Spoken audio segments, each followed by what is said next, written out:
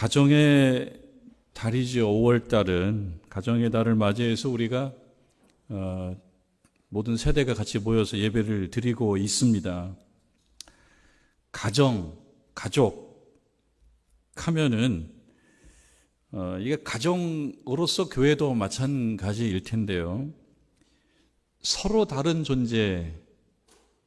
서로 다른 존재인 건 분명해요. 아무리 가족이라도 서로 다른 존재가 하나로 묶여 있는 또 하나의 실체가 가족인 것 같아요. 우리가 원하는 것은 아니라고 하더라도 내가 아닌 타인과 함께 묶여서 하나가 되는 그 원리 속에서 우리가 살고 있습니다. 저도 그렇고 여러분도 그렇습니다. 분명히 다른 존재인데 또 하나인 거예요. 이 원리 속에서 삽니다.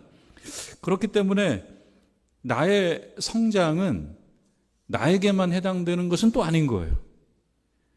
가족 구성 모두에게 해당이 되는 것입니다. 역시 나의 퇴보도 마찬가지입니다.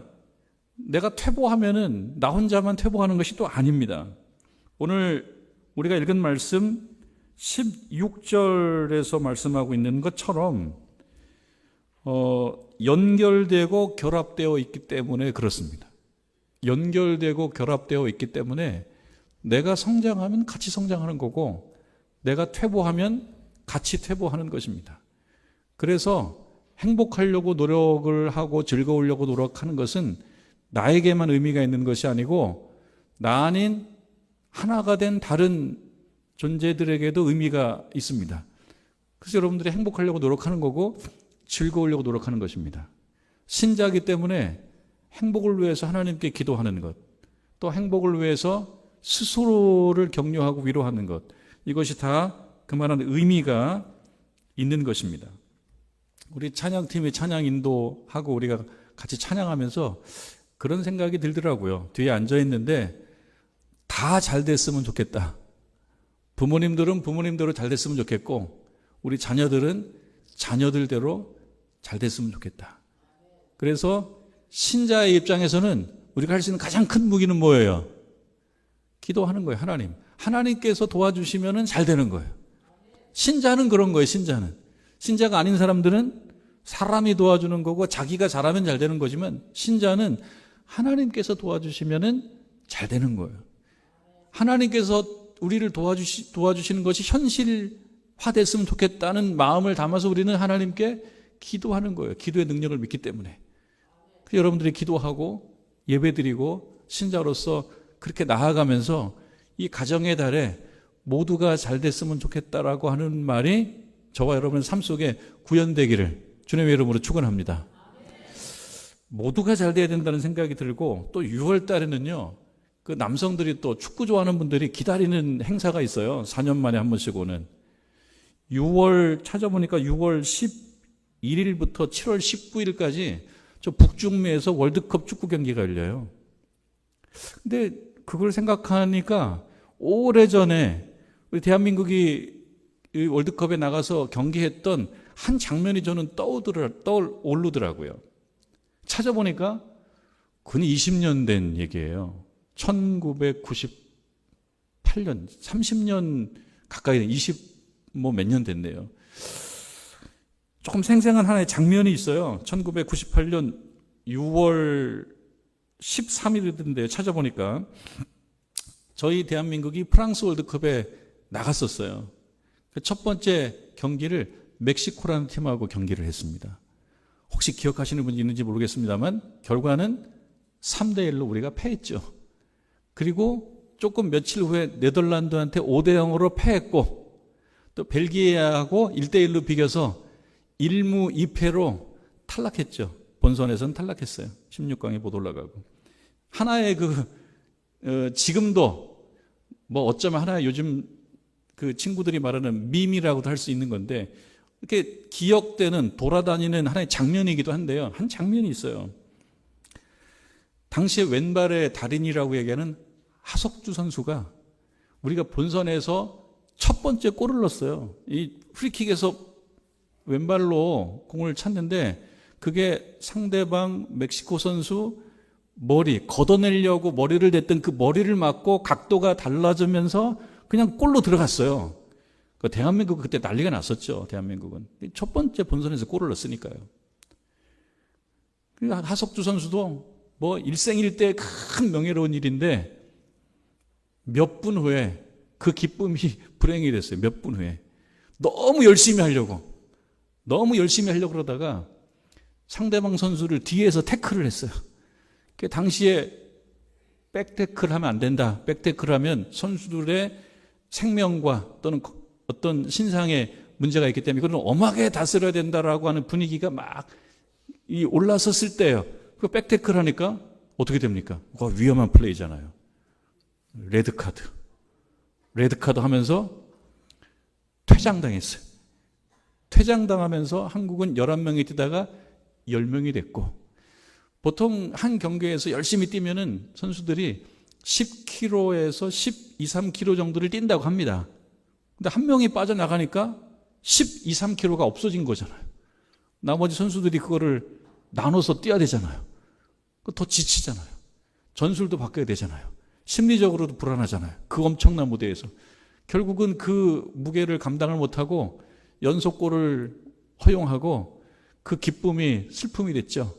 3대1로 졌죠. 그리고 제가 뒷이야기를 들어보니까 그 일로 이제 차범근 감독이 결국 조금 후에 감독에서 밀려나는 아주 불행한 일이 생겼는데, 이 하석주 선수가 이거에 대한 책임감이 너무 큰 거예요. 감독님 얼굴을 볼 수가 없는 거예요. 20년간 피해 다녔대요. 20년간 피해 다니고 만나는 장면을 제가 영상을 한번 봤는데, 차범근 감독 그러니까 이제 나이가 많이 들어서 20년도 넘어서 50이 넘어서 그 감독님 가슴에다 얼굴을 묻고 우는 장면을 제가 봤어요. 울더라고요. 너무 죄송했다고. 보는 사람이 가슴이 뭉클해요. 뭐가 죄송한 일이에요. 정말 열심히 국가를 위해서 그 열심히 너무 특심해서 열심히 한 것뿐인데 그것이 잘못돼가지고 그저 그냥 퇴장을 당해가지고, 그게 한 사람의 20년 이상. 근데 그거는 좀 미담이 됐어요. 지금 그걸 보면 그 자체가 아름다워요. 그 자체가 하나가 되는 모습이 참 어떤 인간미가 있어요. 이거 축구니까요. 축구 정도인데. 2026년도에 또 잘해서 좋은 장면 하나 만들면 또 되는 거죠. 자, 그런데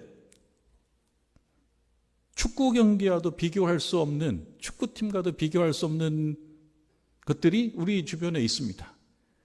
이 가정의 달을 맞이해서 우리가 생각해 봐야 될 것은 가정이라는 팀이고 교회, 교인이라고 하는 팀입니다.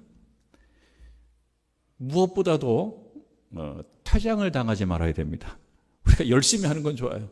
열심히 안 하는 분은 열심히 하셔야 되고, 가정을 위해서 또 교회를 위해서 여러분들이 함께 가는 중요한 공동체, 정말 가족과 같은 공동체 구성원들을 위해서 열심히 하는 게 우선이에요. 모두를 위해서 열심히 하는 거예요. 모두를 위해서. 그러나 중요한 것은 또 퇴장을 당하지 말아야 돼요.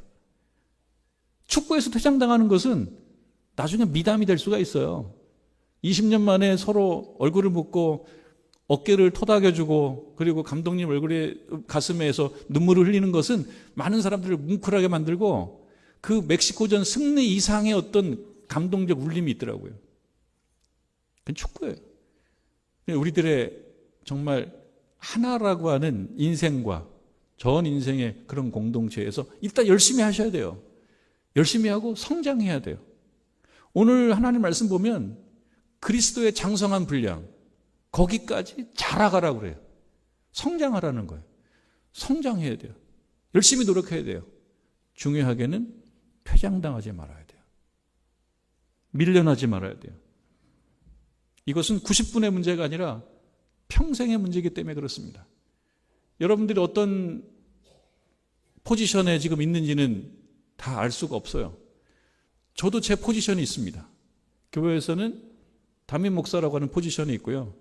집에서는 또 남편이고 아버지라고 하는 포지션이 있고요. 또 아들이라고 하는 포지션이 있어요.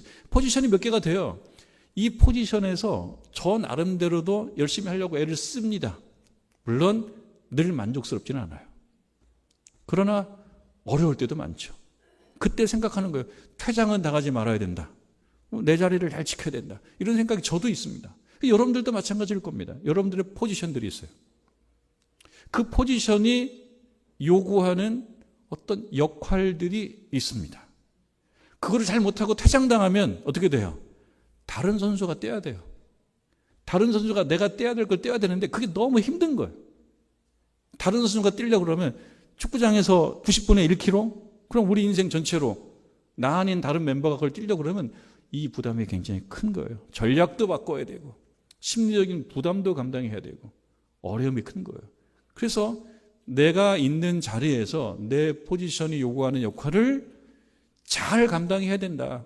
여러분들의 가정이라고 하는 그런 그라운드 안에서의 여러분들의 포지션, 교회 안에서의 여러분들의 포지션, 그 포지션을 잘 감당하고 할 수 있는 한 성장하고 성숙해지기 위해서 애를 써야 됩니다. 우리가 오늘 읽은 말씀 11절 말씀에 보면 교회 안에서는 이런 포지션들이 있어요. 이것은 그 포지션의 일부입니다. 어떤 사람은 사도, 당시 얘기예요. 어떤 사람은 사도로, 어떤 사람은 선지자로, 어떤 사람은 복음 전하는 자로, 어떤 사람은 목사와 교사로, 목사와 교사로만 나눴어요.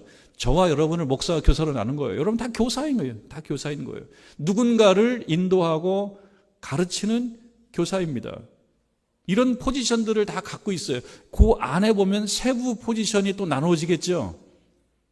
오늘도 우리 정릉제일교회 이 예배와 모든 하루의 일정 가운데 맡겨진 포지션들이 있는데 잘 감당하기 때문에 우리가 앞을 향해서 나아갈 수 있는 것입니다. 포지션들이 있습니다. 근데 이 포지션들을 보면 어떤 일을 하냐면은 결국 12절 말씀처럼 이는 성도를 온전하게 하는 거래요. 온전하게 만드는 거예요. 그러니까 내가 내 포지션을 잘 감당하는 것은 잘 감당하는 그 일의 결과가 나에게만 귀속되는 것이 아니고 누군가를 온전하게 한대요. 왜요? 네트워크 다 연결되어 있어요. 연결이 되어 있습니다. 그 연결되어 있다라고 하는 것은 또 16절에 나와요. 그에게서 온몸이, 그에게서, 우리 그리스도에게서 온몸이 각 마디를 통하여 도움을 받음으로 각 마디로 연결이 되어 있어서 도움을 받는데요. 연결되고 결합된대요. 각 지체의 분량대로 각 지체의 분량, 포지션과 그 역할이에요. 자기가 해야 될 일이에요. 이것을 통해서 역사하고 그러니까 제 역할을 잘 감당하면 그 몸을 자라게 한다는 거죠.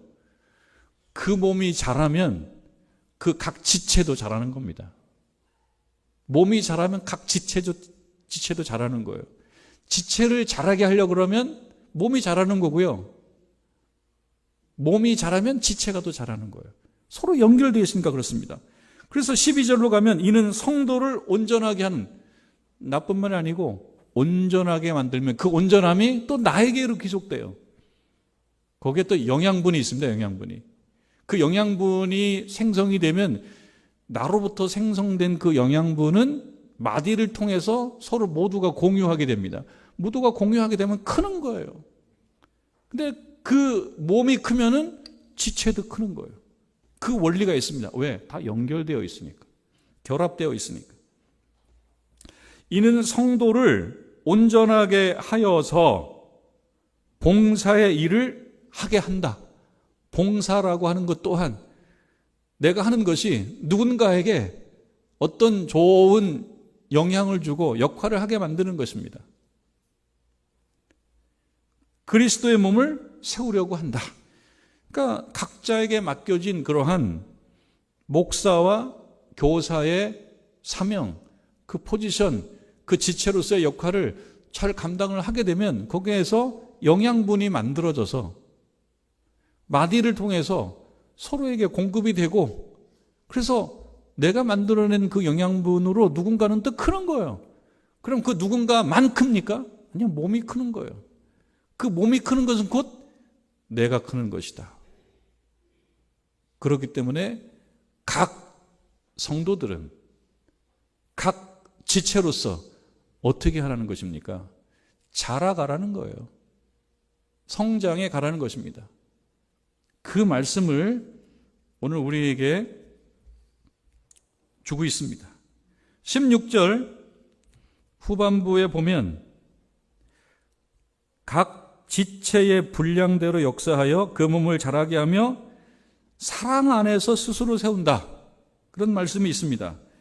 우리는 부모이든 자녀이든 교사이든 학생이든 나이가 많든 적든 각자 자기가 속해 있는 그 팀, 그 공동체를 위해서 감당해야 되는 아주 불가피한 의무가 있습니다. 내가 그걸 하지 않으면 누군가 그 일을 하려고 하겠지만 거기는 분명히 부담이 따르는 거예요.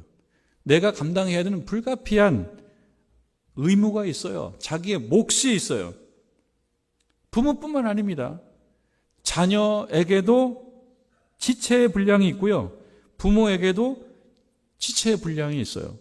그래서 부모는 부모대로, 자녀는 자녀대로 지체의 분량을 감당해야 되고요.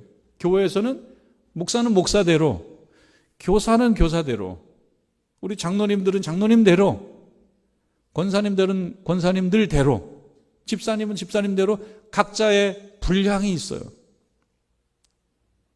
조금 클 수도 있고 작을 수도 있지만 그것을 감당을 하는 것입니다. 그럼 그것이 무엇이냐? 구체적으로 묘사할 수 있어야 됩니다. 내가 감당해야 될 지체의 분량은 무엇인가를 잘 생각을 해봐야 됩니다. 공통적이면서도 서로 다른 건 그거예요. 학생이라면, 자녀라면, 또는 교회에서 목사가 아닌 그런 일반 성도님들이라면 또 어떤 지체의 분량이냐면 잘 반응하는 거예요. 여러분, 잘 반응하는 것만으로도 뭐가 이렇게 격려가 돼요. 잘 반응하는 거예요. 선생님의 인도에 학생들은 잘 반응해야 되고, 이 시간 설교 말씀을 듣는 우리 성도님들은 신자로서 그 말씀에 잘 반응해야 되고, 자녀들은 자녀로서 잘 반응하는 것. 또한 부모님들 또한 하나님이 주시는 말씀과 은혜에 대해서 잘 반응하는 것. 각자의 반응이라는 차원에서 그 내용은 다르겠지만 그러나 잘 반응해야 된다라고 하는 면에 있어서는 다 공통적입니다. 누군가는 중심에 서야 될 때가 있습니다. 때때로는 중심이 아니고 옆에 있기 때문에 부담이 덜할 때도 있지만 그러나 언젠가는 또는 어느 땐가는 중심에 서야 될 때가 있습니다. 저도 그렇고 여러분들도 그렇습니다. 늘 중심에 선 건 아니에요. 그러나 중심에 설 때도 있어요. 그 중심에 설 때면, 내가 중심에 서야 되는 상황이라면 어떻게 된다는 거예요? 잘 지탱해 줘야 됩니다. 내가 지탱해 주지 않으면 무너질 때가 있어요. 가정에서도 그렇고 교회에서도 그렇고 여러분들이 속해 있는 여러 모양의 그런 팀들 안에 중심에 서야 될 때가 있습니다. 힘들어요. 중심에 서면은 이렇게 툭 건들고 저렇게 툭 건들고 나 넘어지고 싶고 빠지고 싶고 그럴 때가 있어요. 그러나 중심에 서 있기 때문에 지탱해 줘야 됩니다. 감당해 줘야지. 그 힘이 모두가 같이 갖고 가는 거예요. 오늘 우리가 읽은 말씀 중에 16절 끝에 보면 사랑 안에서 스스로 세우는 이라 그랬어요. 사랑 안에서 어떤 일을 하더라도 우리 주님 주시는 긍휼히 여기는 마음, 사랑하는 마음이 있어야 됩니다.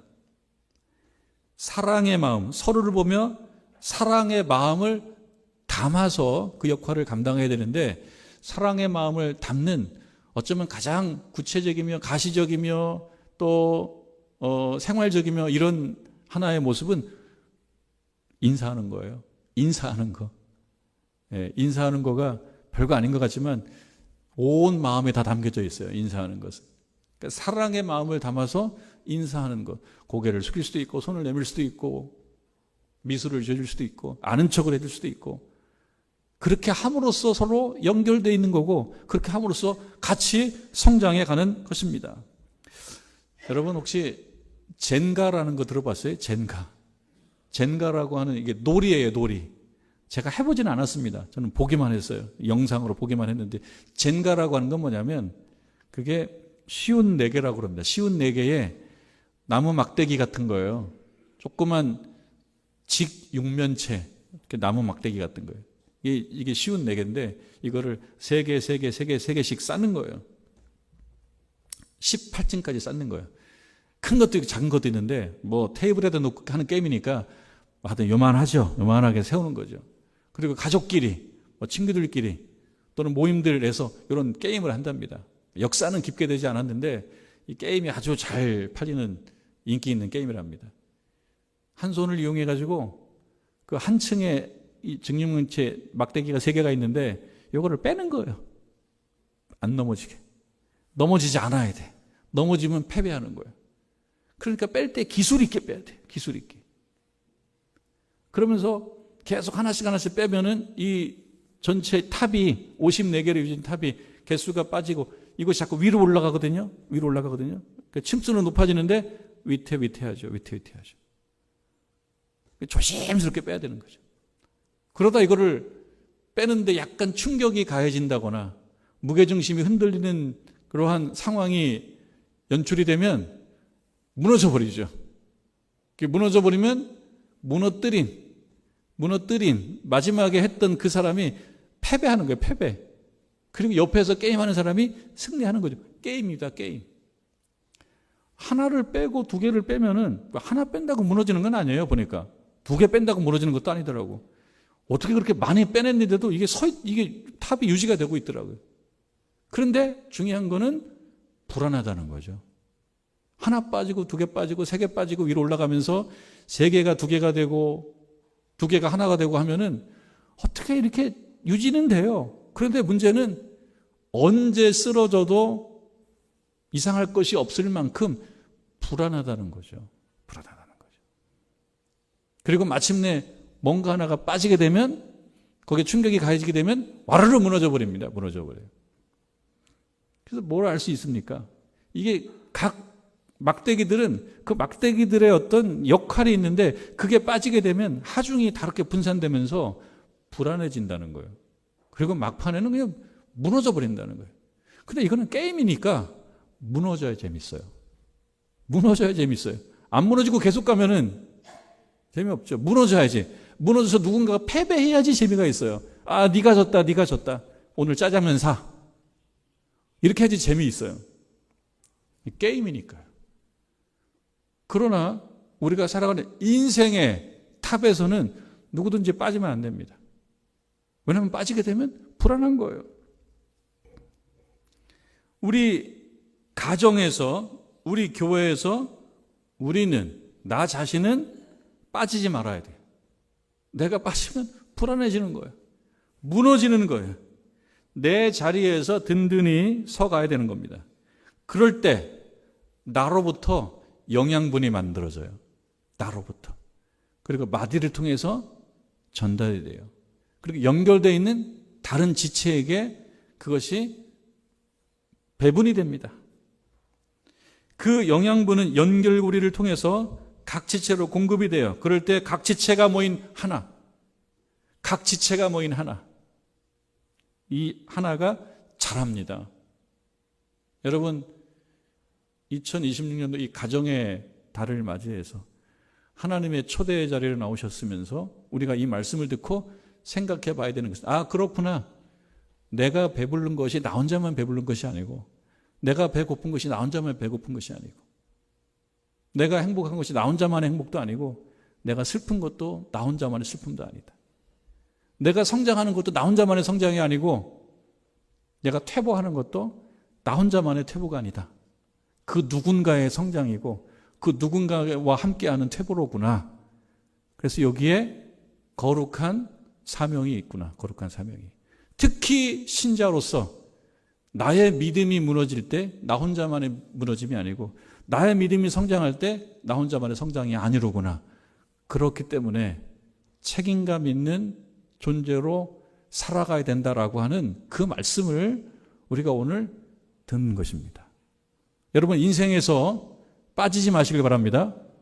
쓰러지지 마시길 바랍니다. 성장해 가시길 바랍니다. 그래서 하나로서의 가정과 하나로서의 우리 교회 공동체, 모든 공동체 구성원들이 나로 인하여 만들어지는 그 영양분을 같이 공유해서 같이 성장해가는 2026년도 한 해가 되기를 바라고 우리 모든 인생이 되기를 주님의 이름으로 축원합니다.